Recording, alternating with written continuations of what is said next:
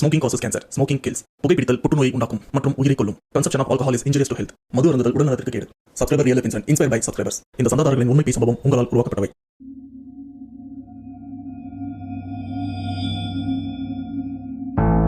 Hi வணக்கம், welcome to channel Back to Rewind. Subscriber real life இன்சிடென்ட்ல இன்னைக்கு அந்த ராணுவ வீரரோட குடும்பத்தில் நடந்த அந்த பேய் சம்பவத்தோட பார்ட் 2க்காக தான் ஒரு சில பேர் வெயிட் பண்ணிட்டு இருக்கீங்க அப்படின்னு நானும் நம்புறேன். ஸோ உங்களுக்காக தான் இந்த பார்ட் 2 சம்பவத்தோட வந்திருக்கேன். ஸோ வளவலன்னு பேசாம டைரக்டா சம்பவத்துக்குள்ள போயிடலாம். அதுக்கு முன்னாடி இந்த மாதிரி பேய் சம்பவம் உங்க லைஃப்ல நடந்திருக்கா? அப்படி நடந்ததுன்னா அதை நீங்க என்கிட்ட ஷேர் பண்ணணும்னு நினைச்சீங்கன்னா டிஸ்பிளேல தெரியுற இந்த வாட்ஸ்அப் நம்பருக்கு உங்க லைஃப்ல நடந்த அந்த பேய் சம்பவத்தை ஒரு வாய்ஸ் நோட்டா எனக்கு நீங்க ஷேர் பண்ணுங்க. அப்படி நீங்க ஷேர் பண்ணது உண்மை சம்பவம் உண்மையிலேயே த்ரில்லிங் வந்து நான் கண்டிப்பா நம்ம சேனல்ல போஸ்ட் பண்றேன். ஸோ ஒரு பேச வீடியோல போகலாம். நீங்க நம்ம சேனல் புதுசுனா மறக்காம சேனல் சப்ஸ்கிரைப் பண்ணுங்க, பெல் பட்டன் கிளிக் பண்ணுங்க. இப்போ நம்ம வீடியோல போகலாம்.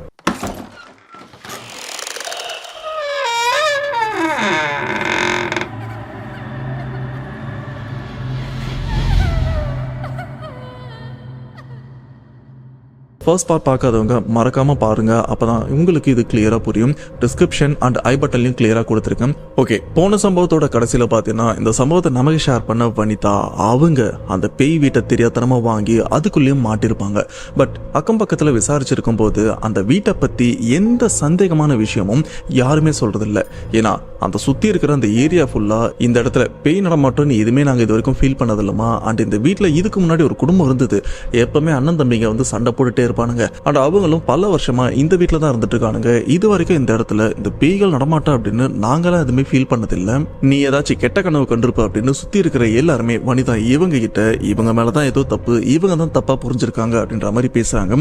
இதனால வனிதா இவங்களுக்கும் அப்படி இந்த வீட்டுல இந்த பிரச்சனை இல்லைன்னா இப்ப இந்த பிரச்சனை, இப்ப இந்த இடத்துல இந்த ஆன்மா, இந்த பேய் எப்படி வந்தது அப்படின்னு இவங்களும் ரொம்பவே மண்டையை குழப்பிட்டு இருந்திருக்காங்க. அந்த கேப்ல தான் நைட்டு நிறைய அமானுஷமான விஷயம் நடந்துட்டு இருக்கும் போது அவங்க ஃப்ரெண்டு ஒருத்தருக்கும் கால் பண்ணி ஹெல்ப்புக்கும் கூட்டிருப்பாங்க.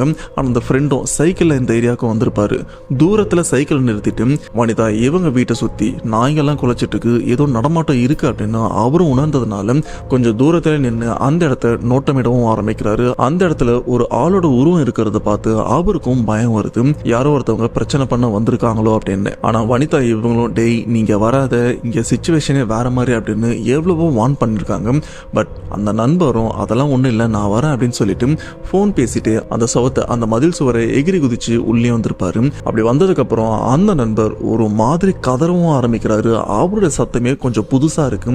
இந்த சத்தத்தை கேட்ட வனிதா இவங்களுக்கும் பயம் வந்துருது. ஃப்ரெண்டுக்கு ஏதோ ஆயிருக்கும் அப்படின்னு அந்த கதவை திறக்கலான்னு போது திடீர்னு அந்த ஃப்ரெண்டோட சத்தம் அந்த இடத்துல அடங்கிருது. அப்படி அடங்கினதுக்கு அப்புறமும் இவங்க கதவை திறக்கலான்னு முயற்சி பண்ணும்போது அந்த கதவுக்கு அந்த பக்கம் யாரோ பயங்கரமா அப்படின்னு கோவத்தோடு மூச்சு வாங்குற அந்த ஒரு சத்தம் கேட்ட உடனே வனிதா இவங்களுக்கும் கிளியரா புரியுது, இது என் ஃப்ரெண்டு இல்ல, வெளியில அந்த ஆன்மா இருக்கு. இப்ப நான் இந்த கதவை திறந்தனா கண்டிப்பா அந்த ஆன்மா நம்மளும் ஏதாச்சும் பண்ணிடும்.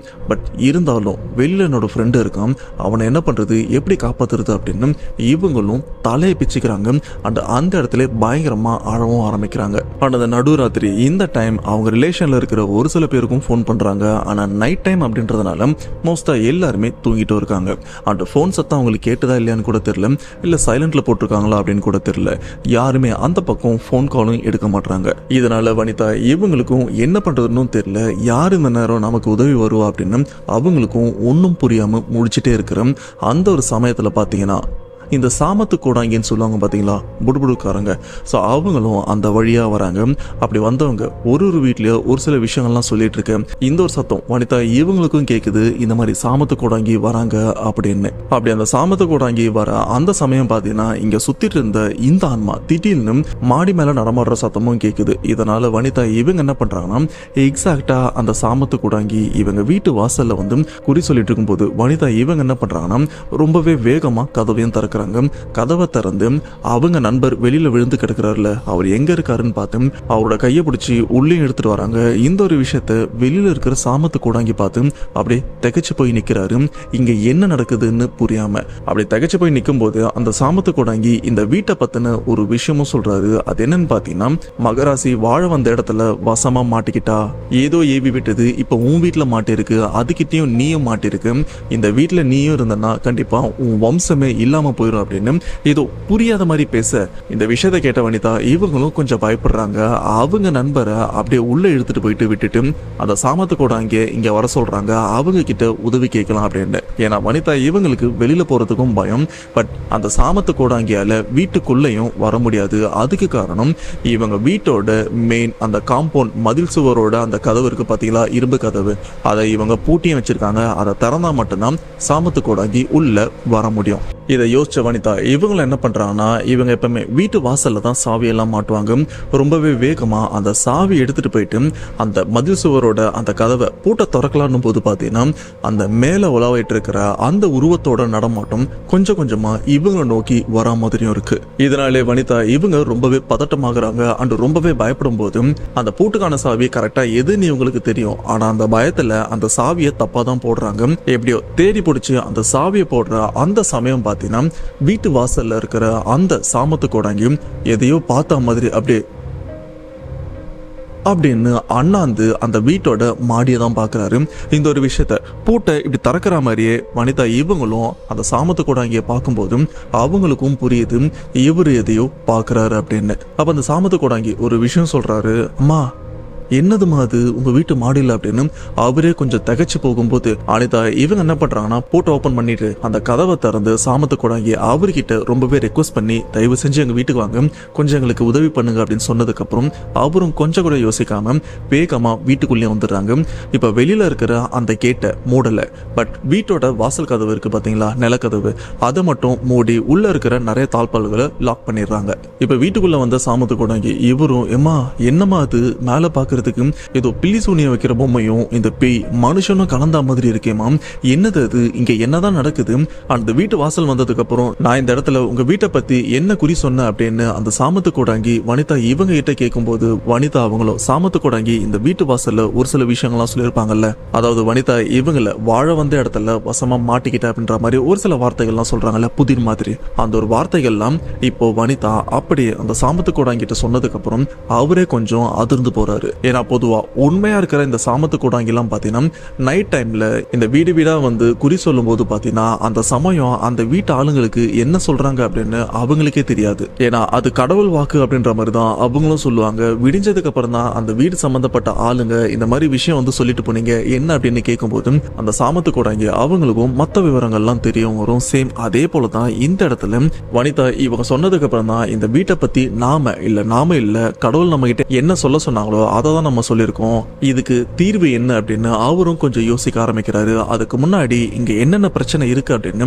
வனிதா இவங்க கிட்டயும் கேட்டு தெரிஞ்சுக்கிறாரு. வனிதா இவங்களும் இந்த 2 நாளா இந்த வீட்டில் நடக்கிற விஷயத்த பத்தி இந்த சாமத்து கோடாங்கி இவர்கிட்டயும் சொல்றாங்க. அண்ட் இந்த வீட்டை பத்தி சுத்தி அக்கம் பக்கத்துல விசாரிச்ச விஷயத்தையும் சொல்லும் போது இந்த வீட்டுல எந்த பிரச்சனையுமே இல்லைன்னு அக்கம் பக்கத்துல இருக்கிறவங்க சொல்றாங்க. ஆனா உண்மையிலே இங்க ஏதோ பிரச்சனை இருக்கு, நானும் பார்த்தேன், நீங்களும் இப்ப பாத்திருக்கீங்க. இந்த பிரச்சனைல இருந்து எப்படியாச்சும் எங்களை காப்பாத்துங்க. அண்ட் இறந்து போன என் கணவர் மூலியமா வந்த அந்த மொத்த பணத்தையும் இந்த வீட்டை நம்பி தான் போட்டிருக்கேன். இந்த வீடும் எதிர்காலத்துல என் குழந்தைக்கு தேவைப்படும் தான் இந்த விஷயம்லாம் பண்ணேன். ஆனா வாழ வந்த இடத்துல எனக்கு இவ்வளவு பிரச்சனை இருக்குன்னு நான் எதிர்பார்க்கல. தயவு செஞ்சு என்னையும் என் குழந்தையும் இந்த வீட்டையும் காப்பாத்தி என்கிட்ட மீட்டு கொடுங்க அப்படின்னு அந்த சாமத்து கூட என்கிட்ட சொல்லும் போது அவர்கிட்ட பேசுறதுக்கு வார்த்தையே இல்லை. அடுத்து இந்த ஒரு விஷயத்த நாம எப்படி எடுத்துட்டு போக போறோம், எப்படி இந்த பிரச்சனைல இருந்து இவங்களை காப்பாற்ற போறோம் அப்படின்னு உடனே சாமத்து கோடாங்கி அவர் என்ன பண்றாருன்னா அந்த வீட்டோட மையம், அதாவது நடுவீடுன்னு சொல்லுவாங்க பாத்தீங்களா, அந்த மாதிரி அந்த வீட்டோட மையத்திலேயே உட்காடுறாங்க. அப்படி உட்கார்ந்ததுக்கு அப்புறம் அவரோட பையில இருந்து ஒரு சில பொருட்கள்லாம் எடுக்கிறாரு. தேங்காய் பழம், இது கூடவே ஒரு சில சின்ன சின்ன எலும்புலாம் இருக்கு. இதெல்லாம் எடுத்து அந்த இடத்துல ஏதோ மாந்திரிகம் மாதிரி ஒரு சில விஷயம், அதாவது நல்லதுக்கு பயன்படுத்துற மாந்திரிகம் மாதிரி ஒரு சில விஷயங்கள்லாம் பண்றாரு. அது பொதுவா இந்த சாமத்து கோடாங்கி ஜக்கம்மா அப்படின்னு ஒரு கடவுள் பேரையும் சொல்லுவாங்க பாத்தீங்களா, அவங்களையும் அந்த இடத்துல முழு மனசா வணங்குறாரு. அப்படி வணங்கினதோட இந்த இடத்துல என்ன பிரச்சனை, என் கண் முன்னாடி உள்ளதை உள்ளபடி காட்டுங்க, நான் இந்த குடும்பத்துக்கு உதவி பண்றேன் அப்படின்னு வாக்கு கொடுத்திருக்கேன், என் வாக்க பொய்யாக்காதீங்க, சோ இங்க என்ன பிரச்சனை இருக்கு அப்படின்னு எனக்கு உள்ளதை உள்ளபடி காட்டுங்க அப்படின்னு சொல்லிட்டு அவரும் ஒரு சில வார்த்தைகள் வாயில முணுமுணுக்கிற மாதிரியும் பண்ணிட்டு இருக்காரு. இந்த ஒரு விஷயத்த ஒரு பெரிய பயத்தோட வனிதா இவங்களும் பார்த்துட்டு இருக்காங்க. அண்ட் ஒரு சைடு இவங்க வளர்த்துட்டு இருக்கிற அந்த நாய் என்ன பண்றதுன்னு தெரியாம ரொம்பவே பயத்துல கட்டில் கடியில போயிட்டு ஒளிஞ்சிட்டு ஒரு மாதிரியும் கத்திட்டு இருக்கு. இந்த நாய்கெல்லாம் பாவமா கத்துது அப்படின்னு சொல்லுவாங்க பாத்தீங்களா, அந்த மாதிரி ஒரு மாதிரி கத்திட்டும் இருக்கு. அண்ட் வனிதா இவங்களுடைய குழந்தை எதுவுமே தெரியாம நிம்மதியா தூங்கிட்டு இருக்கு. இந்த ஒரு கேப்ல தான் இவ்வளவு சம்பவங்களும் இந்த வீட்டுல நடந்துட்டும் இருக்கு. இப்ப இந்த இடத்துல சாமத்து கொடாங்கி இங்க என்ன பிரச்சனைன்னு தெரிஞ்சுக்கிறதுக்காக அவர் வணங்கிட்டு இருக்கிற ஜக்கம்மா அவங்க கிட்ட வாக்கு கேட்டு இருக்கும் போது திடீர்னு சாமத்து கொடாங்கி அவருக்கு என்ன ஆச்சுன்னு தெரியல, அந்த இடத்துலயும் வலிப்பு வந்த மாதிரி கீழே விழுந்து துடிக்கவும் ஆரம்பிக்கிறாரு. அப்படி துடிச்சவரு வாயில இருந்து ரத்தத்தை கக்கவும் ஆரம்பிக்கிறாரு. அவரோட உடம்பே ஒரு மாதிரி ஏதோ ஒண்ணு அவர் உடம்புல போந்து அவரை கொடுமை பண்ணிட்டு இருக்கிற மாதிரி ஒரு உணர்வு தான் வெளியில இருந்து பாக்குறவங்களுக்கும் ஃபீல் ஆயிருக்கு. சேம் இந்த விஷயம் தான் வனிதா இவங்களும் சொல்லியிருக்காங்க.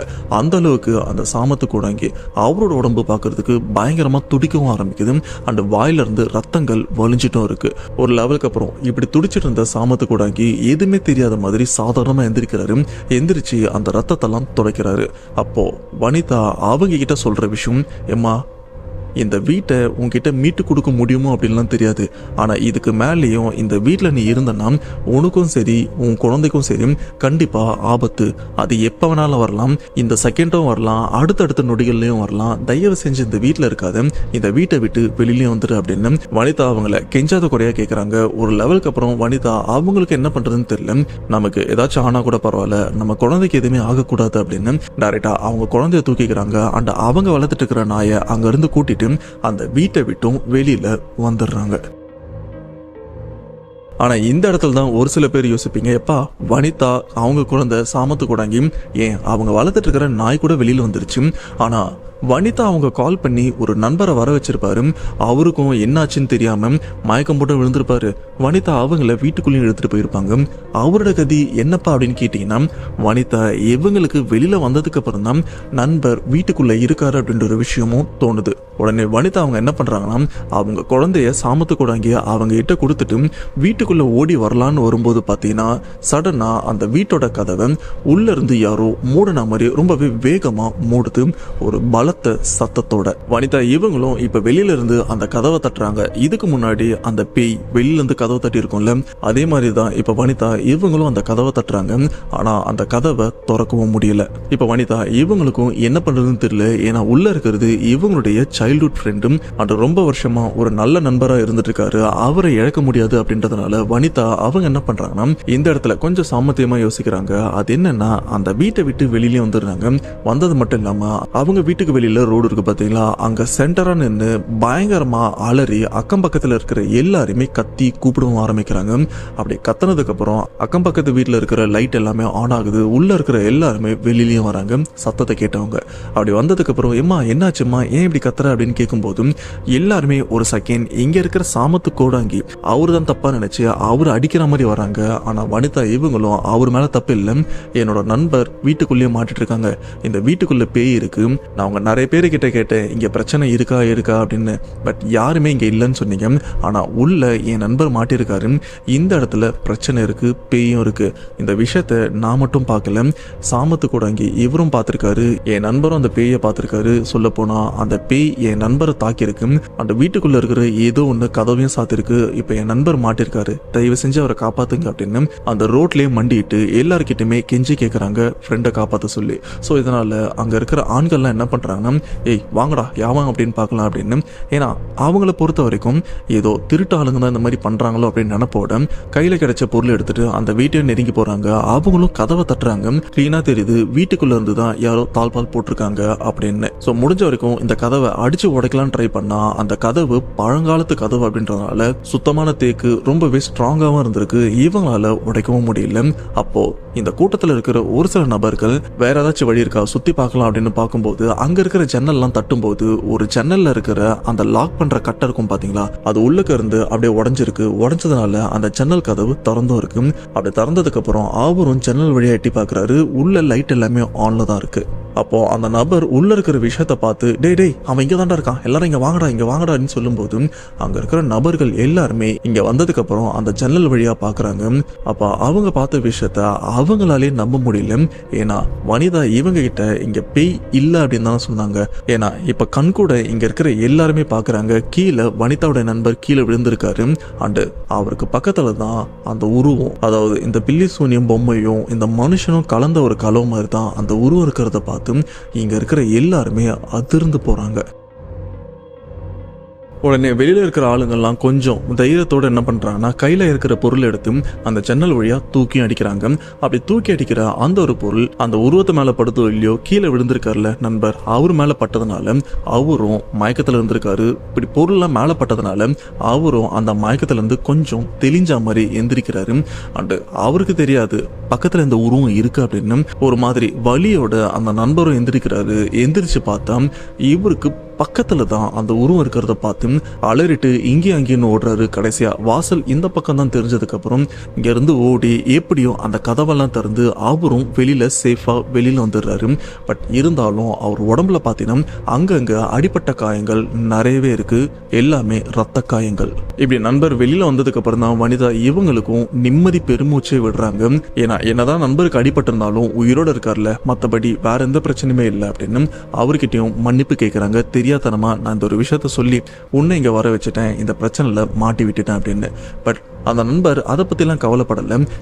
எனக்கு இதெல்லாம் ஒரு பெரிய விஷயமாவே தெரியல, உள்ள இருக்கிற அந்த உருவம் என்னது அப்படி நீ கால் பண்ண உடனே நானும் வந்தேன், வீட்டு மாடியில ஏதோ குடிகாரம் இருக்கான்னு தான் நினைச்சு நானும் வந்தேன், இங்க என்னென்ன விஷயமும் நடக்குது, நான் செவர எகுதி குறிச்சு உள்ள வந்ததுக்கு அப்புறம் அந்த உருவம் எப்பா அதை சொல்றதுக்கு எனக்கு வார்த்தையே இல்லை, அந்த அளவுக்கு கொடூரமா இருந்தது. நான் வீட்டு கதவை தட்டும் போது அந்த உருவம் எனக்கு பின்னாடி தான் இருந்திருக்கு. நான் அதை திரும்பி பார்க்கும்போது என்ன பலார்னு ஒரு அடிதான் அடிச்சுது. சொல்ல போனா இந்த பேய் அடிச்சதுன்னு சொல்லுவாங்கல்ல, அந்த மாதிரி தான் என்னையும் அடிக்க. அடுத்து என்ன நடந்ததுன்னு கூட தெரியல, எவ்வளவு நேரம் இங்க இருந்துன்னு கூட தெரியல அப்படின்னு அவரும் அதுக்கப்புறம் என்ன நடந்ததுன்னு தெரியாம பேசிட்டு இருக்காரு. இப்போ அவருக்கு எந்த பிரச்சனையும் இல்லை, சேஃபா தான் இருக்காரு. அண்ட் இந்த ஏரியா மக்கள்ல இருக்கிற ஒரு சில பேருக்கு இப்பதான் புரிய வருது, உண்மையிலேயே வனிதா இவங்க சொன்னது உண்மைதான், இங்க பிரச்சனை இருக்கு. ஆனா இதுக்கு முன்னாடி இந்த இடம் நல்லா தானே இருந்தது, இப்ப இந்த இடத்துல பிரச்சனை எப்படி வந்தது அப்படின்னு அந்த ஏரியால இருக்கிற எல்லாருமே பயப்பட ஆரம்பிக்கிறாங்க. பேய் வீடு அப்படின்னும் போது அக்கம் பக்கத்துல இருக்கிறவங்க நாங்க எப்படி நிம்மதியா வெளியில வருது, எங்க பசங்க அண்ட் நைட் டைம்ல எப்படி நாங்க இந்த சைடு தனியா வருது அப்படின்னு ஒரு பயம் இருக்கும்ல. இப்ப அந்த சாமத்து கூடங்கி என்ன பண்றாருன்னா, ஏமா நீங்க இங்க இருக்காதீங்க, அண்ட் என் கூட வாங்க, என்னோட குரு ஒருத்தர் இருக்காரு, அவர்கிட்ட கூட்டிட்டு போறேன், அண்ட் இங்க இருக்கிற பிரச்சனையை பத்தி நான் அவர்கிட்டே சொல்றேன், அதுக்கப்புறம் என்ன பண்ணலாம் அப்படின்னு முடிவெடுக்கலாம்னு கேட்கும்போது, ஐயா உங்களுக்கு உண்மையிலேயே இங்க என்ன பிரச்சனை தெரியுமா அப்படின்னு கேட்கும்போது, தெரியுமா, நான் வணங்குற ஜக்கம்மா மூலியமா எனக்கு இங்க என்னென்ன பிரச்சனை நடந்திருக்குன்னு தெரியும். அது மட்டும் இல்லாம நான் அந்த இடத்துல இந்த விஷயத்த கணிக்கும் போதும் இங்க இருக்கிற ஆன்மா என்ன பொசாஸ் பண்ணிச்சு, என் உடம்ப ஆக்கிரமிச்சு இங்க நடக்கிற விஷயத்த எனக்கு தெரியக்கூடாது அப்படின்னு பண்ணுச்சு. அண்ட் அந்த இடத்துல என் உடம்பும் அந்த ஆன்மாவும் சண்டையிடும் போதுதான் எனக்குள்ள இந்த ரத்த வாந்திலாம் வந்தது. சொல்ல போனா இந்த இடத்துல நான் செத்து கூட போயிருக்கிறதுக்கு சான்ஸ் இருக்கு. ஆனா என் ஜக்கம்மா மூலியமா இந்த ஒரு விஷயத்துல இருந்து நான் சின்ன சின்ன பிரச்சனைகள் சந்திச்சாலும் இதுல இருந்து நான் முழுமையா வெளியில வந்துட்டேன். அண்ட் இங்க என்ன பிரச்சனை இருக்குன்னு எனக்கும் தெரியும், வா என் குரு கிட்ட இந்த பிரச்சனை நான் சொல்றேன், அதுக்கப்புறம் என்ன பண்ணலாம்னு பார்க்கலாம் அப்படின்னு சாமத்து கூடாங்கி வனிதா அவங்க குழந்தை அண்டு அந்த நண்பர் கூடவே அந்த நாயை அவங்க ஃப்ரெண்டு வீட்லயும் விட்டுட்டு இப்ப இவங்க அந்த சாமத்து கூடாங்கி அவருடைய குருவை பார்க்க அந்த நடுராத்திரியும் போயிட்டு இருக்காங்க. இப்படி கொஞ்சம் தூரம் பயணத்துக்கு அப்புறம் அந்த சாமத்து கோடாங்கியோட குரு அவரையும் பார்க்குறாங்க. அவருக்கு இந்த பில்லி சூனியம், இந்த பிளாக் மேஜிக் அண்ட் இது மூலயமா நல்லது பண்ற எல்லா விஷயமும் அத்துப்படி.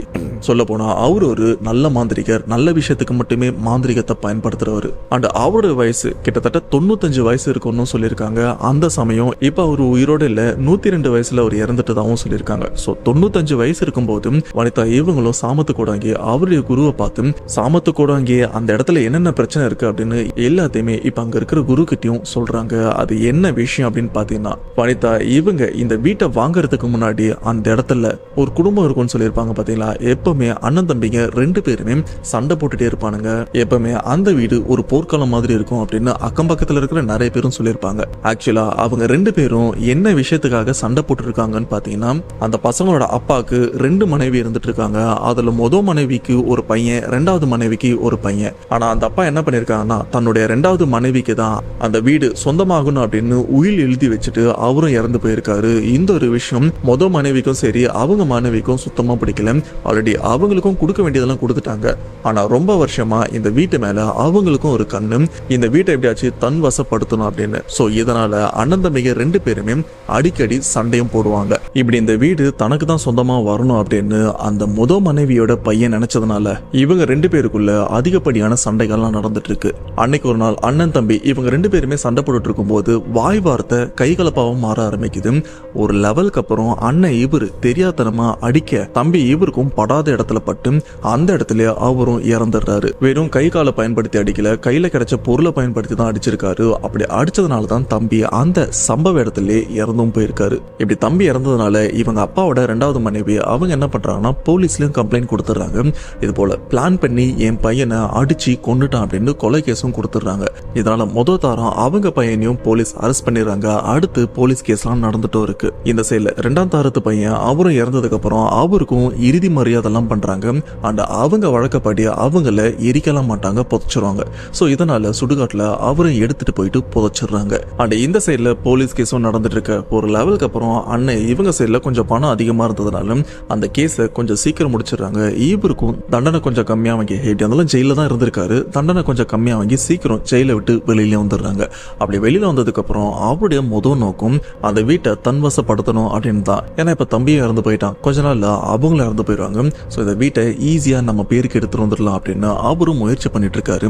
இந்த ஒரு கேப்ல தான் 2ஆம் தாரம் அவங்களும் அந்த வீட்டை இதுக்கப்புறம் இங்க இருக்க வேண்டாம், இந்த வீட்டை வித்துடலாம் அப்படின்னு பிளான் பண்ணிட்டு இருக்கிற விஷயமும் முதல் தாரத்தோட பையன் அவருக்கும் தெரிய வர. ஆனா அப்ப அந்த முதல் தாரத்து பையன் என்ன பண்றாருன்னா, இந்த வீட்டெல்லாம் நான் விற்க விட மாட்டேன், மரியாதை என் பேர்ல எழுதி கொடுத்துட்டு எங்கன்னா கண்காணாத இடத்துக்கு போயிருங்க அப்படின்னு அவங்களையும் மிரட்டன். இருந்தாலும் அவங்களுடைய சித்தி 2ஆம் தாரம் அவங்க தானே, சோ அவங்களுடைய சித்தி அந்த ஒரு விஷயத்த கேட்கிற மாதிரியும் இல்லை. இதனால ரொம்பவே கோவப்பட்ட முதல் தாரத்து பையன் அவரு ஒரு விபரீதமான முடிவை எடுக்கிறாரு. அதுதான் மாந்திரிகத்தை நாடி போறாரு. இங்க இருந்து டைரக்டா கேரளாக்கும் போறாரு. கேரளாக்கு போயிட்டு ஒரு பவர்ஃபுல்லான மாந்திரிகரை பிடிச்சு அவரை கையோட அவங்க ஊருக்கும் கூட்டிட்டும் வராரு. கூட்டிட்டு வந்ததுக்கு அப்புறம் இந்த வீடு எனக்கு கிடைக்குதோ இல்லையோ, என்னை தவிர்த்து இந்த வீடு வேற யாருக்கும் கிடைக்கூடாது. அதாவது ஒன்னு இந்த வீடு எனக்கு இல்லைன்னா வேற யாருக்குமே இருக்கக்கூடாது. அப்படி இந்த வீட்டுக்கு ஏதாச்சும் ஒரு விஷயத்த பண்ணுங்க அப்படின்னு அந்த மாந்திரிகர் கிட்ட சஜஷன் கேட்கும் போது அந்த மாந்திரிகரும் ஒரு விபரீதமான விஷயத்தையும் சொல்றாரு. அது என்ன விபரீதமான விஷயம்னு கேட்டீங்கன்னா, அந்த நம்பூதிரி சொன்னதை கேட்டீங்கன்னா நீங்களே கொஞ்சம் ஆடி போயிருவீங்க. ஆக்சுவலா முதல் தாரத்து மகனால அடிபட்டு இறந்து போன அந்த 2வது தாரத்து மகன் அவரை ஒரு சுடுகாட்டுல தானே புதைச்சு வச்சிருக்காங்க அவங்க வழக்கப்படி. அப்படி புதைச்சு வச்சா அந்த நபருடைய அந்த இறந்து போன சடலத்தை அங்க இருந்து பள்ளம் தோண்டி அந்த சடலத்தை எடுத்துட்டு வரவும் சொல்றாங்க. அப்படி எடுத்துட்டு வர அந்த சடலம் சிதைந்து போய் கொஞ்சம் துர்நாற்றம் அடிக்கிற லெவல் இருக்கும் அப்படின்னு அந்த நம்பூதிரியும் தெளிவா சொல்லியிருக்காரு. பட் இருந்தாலும் ஒரு துணி சுத்தி அந்த உடம்ப யாருக்குமே தெரியாம எடுத்துட்டு வாங்க அப்படின்னு சொன்னதுக்கு அப்புறம் இந்த முதல் தாரத்து பையன் இவர் என்ன பண்றாருன்னா, அந்த சுடுகாட்டுக்கு போயிட்டு யாருக்குமே தெரியாம பள்ளம் தோண்டி அந்த உடலை மட்டும் எடுத்துட்டு வந்துடுறாரு.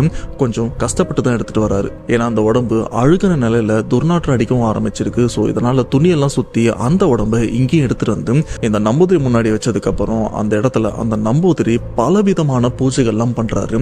அண்ட் ரொம்ப நேரம் அந்த பூஜை பண்ணதுக்கு அப்புறம் இந்த இடத்துல ஒரு உருவபொம்மையும் செய்யறாங்க. இந்த பில்லி சூனியெல்லாம் செய்வாங்க பாத்தீங்களா, அந்த மாதிரி ஒரு உருவபொம்மையை செஞ்சு அந்த உருவபொம்மையோட உடம்புல நெத்தி கை காலு உடம்பு அப்படின்னு நிறைய இடத்துல குண்டூசி எல்லாம் குத்தி பயங்கரமான ஏதோ ஒரு விஷயமும் பண்ணிட்டு இருக்காரு. அப்படி பண்ணி முடிச்சதுக்கு அப்புறம் அந்த இடத்துல ஒரு கொடூரமான ஆன்மாவை வர வச்சு அந்த ஆன்மாவை ஃபர்ஸ்ட் இந்த உருவபொம்மை இருக்கு பாத்தீங்களா, அந்த உருவபொம்மையிலையும் அடக்குறாங்க. அடக்குனதுக்கு அப்புறம் இன்னும் ஒரு சில ஊசிகளை வந்து அந்த உச்சந்தலையிலையும் குத்துறாங்க, அந்த உள்ளங்கால்கள்லயும் குத்துறாங்க. அப்படி குத்துனதுக்கு அப்புறம் இப்போ இந்த உருவபொம்மையில குத்தி வச்ச இந்த குண்டூசி எல்லாத்தையுமே பாத்தீங்கன்னா அப்படியே ஒன்னா எடுத்து இந்த இடத்துல சிதைந்த நிலைமையில ஒரு இறந்து போன சடலம் இருக்குல்ல, வேற யாருமே இல்ல, இந்த முதல் தாரத்து மகனால அடிபட்டு இறந்து போன 2ஆம் தாரத்து மனைவியோட மகனோட உடம்பு தான் அந்த இடத்துல இருக்குல்ல. இந்த பில்லி சூனியம் இந்த உருவபொம்மையில இருக்கிற அந்த குண்டூசி இப்ப நெத்தில இருந்து அந்த குண்டூசி எடுத்தாங்கன்னா அதே போல இந்த இறந்து போன சடலத்தோட நெத்தில தான் அந்த குண்டூசியும் சொல்றாங்க. உச்சந்தலையில இருந்து எடுத்தாங்கன்னா அதே போல இந்த இறந்து போன சடலத்தோட உச்சந்தலையிலையும் அந்த குண்டூசியை சொருகுறாங்க.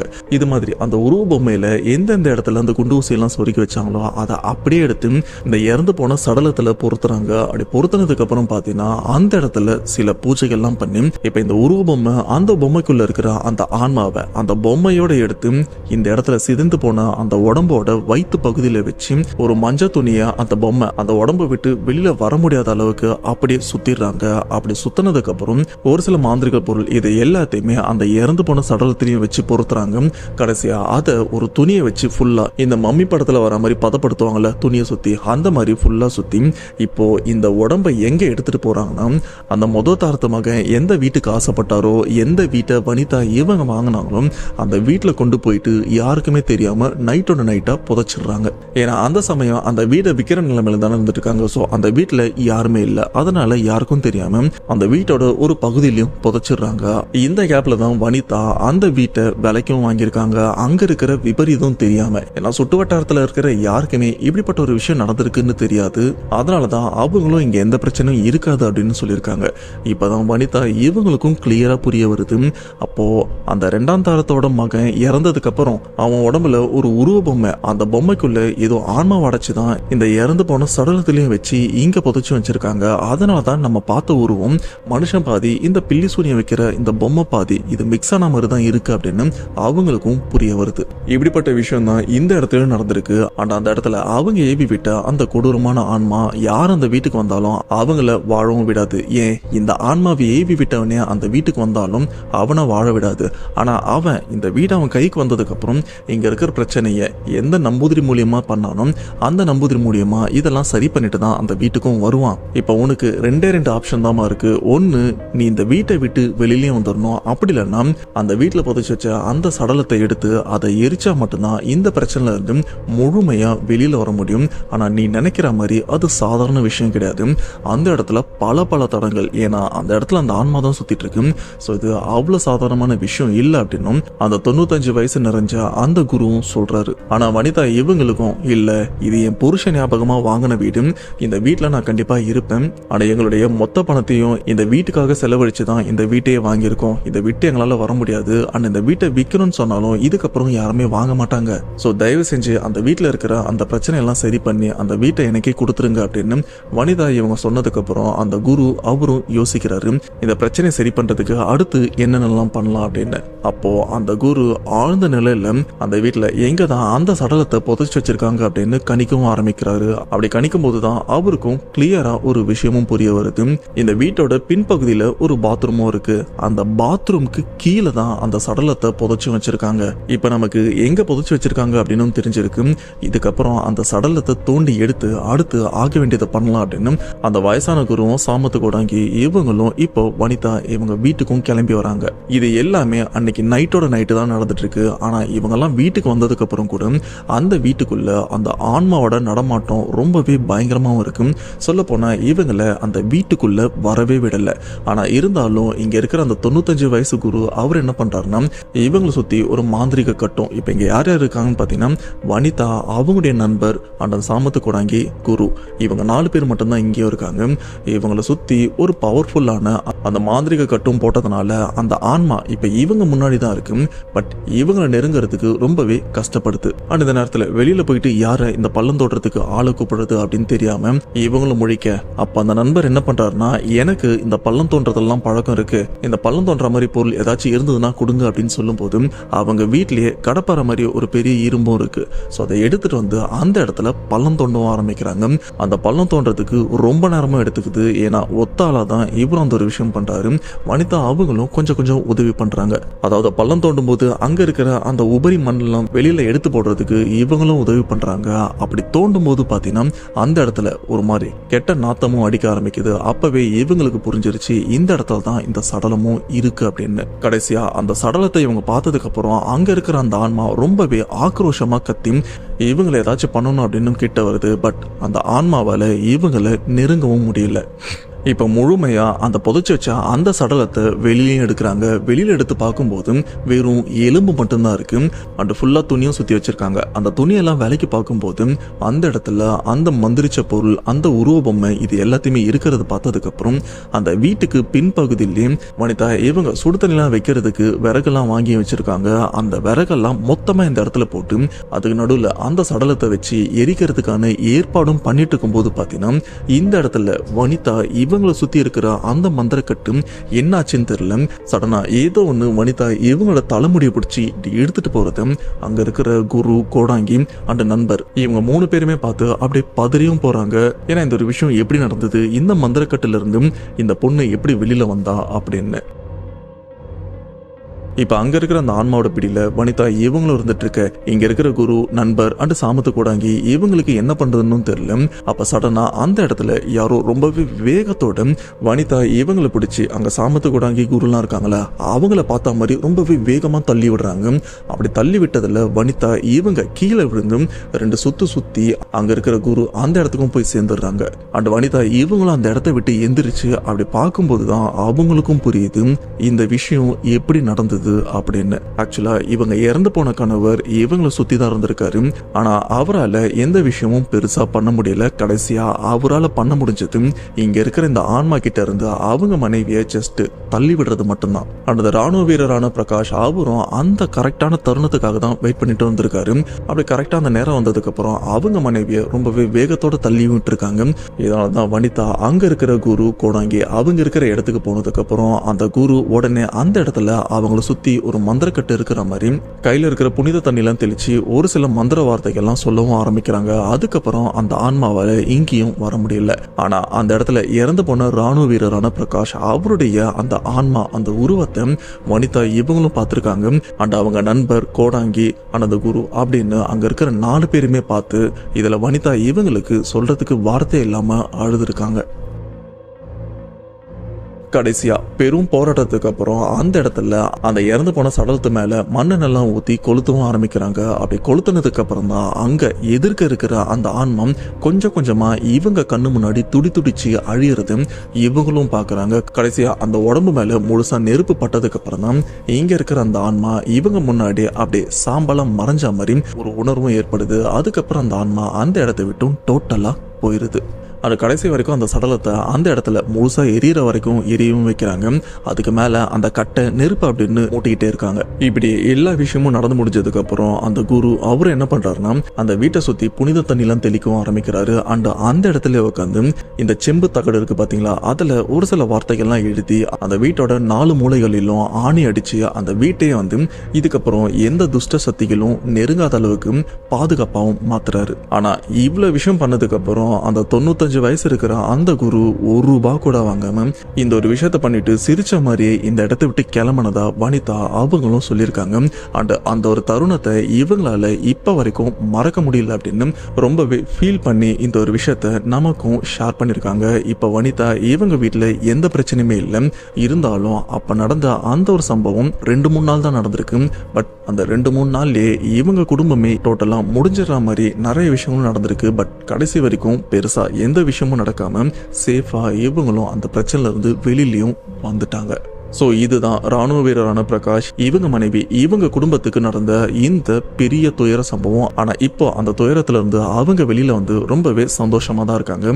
அண்ட் இப்போதுல இருந்தே வனிதா அவங்க மகளை, அவங்களுக்கு இப்ப வயசு 18 இருக்கும். அண்ட் இப்போதுல இருந்தே அவங்கள IAS ஆக்கணும் அப்படின்னு அவங்கள நல்லபடியா படிக்க வச்சுட்டு இருக்காங்க. ஸோ ஹோப் கண்டிப்பா அவங்க IAS ஆவாங்க அப்படின்னு BTR சார்பா நம்மளும் வாழ்த்துக்கள் சொல்லலாம். ஸோ அவ்வளோதான் மக்களே, வனிதா அவங்க சொன்ன இந்த ஒரு சம்பவத்தை என்னால் முடிஞ்ச வரைக்கும் ஒரே வீடியோவில் கண்டிப்பாக சொல்ல முடியாது. ஏன்னா பெரிய சம்பவம் அப்படின்றதுனால 2 வீடியோ எடுத்துக்கிட்டேன். ஸோ கண்டிப்பாக இந்த ஒரு சம்பவம் உங்களுக்கு புரிஞ்சிருக்கும். அண்ட் கண்டிப்பாக உங்களுக்கு ஒரு ஹாரர் ஃபீல் கொடுத்துருக்கும் அப்படின்னு நானும் நம்புகிறேன். அண்ட் இந்த வீடியோவுக்கு ஒரு லைக் பண்ணிருங்க. இந்த வீடியோவை பற்றி உங்களோட வேல்யூபிளான கமெண்ட் என்னன்றது வந்து மறக்காம கமெண்ட் பாக்ஸில் மென்ஷன் பண்ணுங்க. அண்ட் இந்த வீடியோவை முடிஞ்ச வரைக்கும் உங்கள் ஃப்ரெண்ட்ஸ் அண்ட் ஃபேமிலிக்கு ஷேர் பண்ணுங்க. நெக்ஸ்ட் இதே போல ஒரு இன்ட்ரெஸ்டிங்கான வீடியோவில் கண்டிப்பாக உங்களை மீட் பண்ணுறேன். அதுவரை உங்களிடமிருந்து விடைபெறுவது உங்கள் நான்.